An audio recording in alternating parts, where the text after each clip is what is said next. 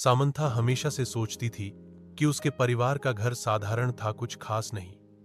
एक शांत पड़ोस में स्थित यह एक आरामदायक 2 मंजिला घर था, जिसमें एक सफेद पिकेट बार्ड और एक अच्छी तरह से बनाए रखा बगीचा था। फिर भी जैसे ही उसने एक दोपहर धूल भरे अटारी में घूमते हुए उसकी नजर कुछ असामान्य पर पड़ी। दूर कोने में भूली हुई बक्सों के ढेर के नीचे उसने फर्श के तख्तों के नीचे छिपा हुआ एक संकीर्ण ट्रैपडोर देखा। जिज्ञासा पर आश्चर्यचकित होकर वह घुटनों के बल बैठ गई और उसे खोला। नीचे स्थित छोटा सीढ़ीदार मार्ग एक धुंधले बासी सुरंग की ओर ले जाता था।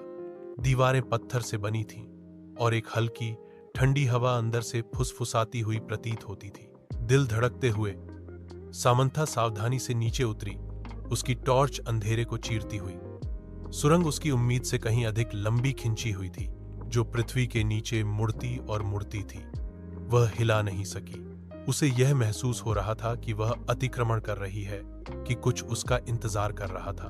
अनंत काल की तरह लगने के बाद सुरंग आखिरकार एक छिपे हुए कमरे में खुल गई। दीवारें पुरानी किताबों की अलमारियों से भरी हुई थीं। अजीब चमड़े से बंधी हुई किताबों से भरा हुआ कमरे के बीच में एक पुरानी मेज धूल भरे कागजात और पत्रिकाओं से घिरी हुई थी। जैसे ही सामंथा दस्तावेजों को पढ़ रही थी, उसके हाथ कांप रहे थे।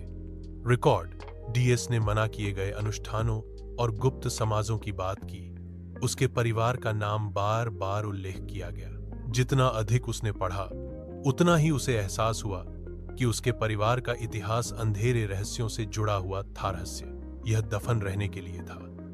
उसने कुछ ऐसा उजागर किया था जो किसी को नहीं पता होना चाहिए था, कुछ ऐसा जो पीढ़ियों से छिपा हुआ था।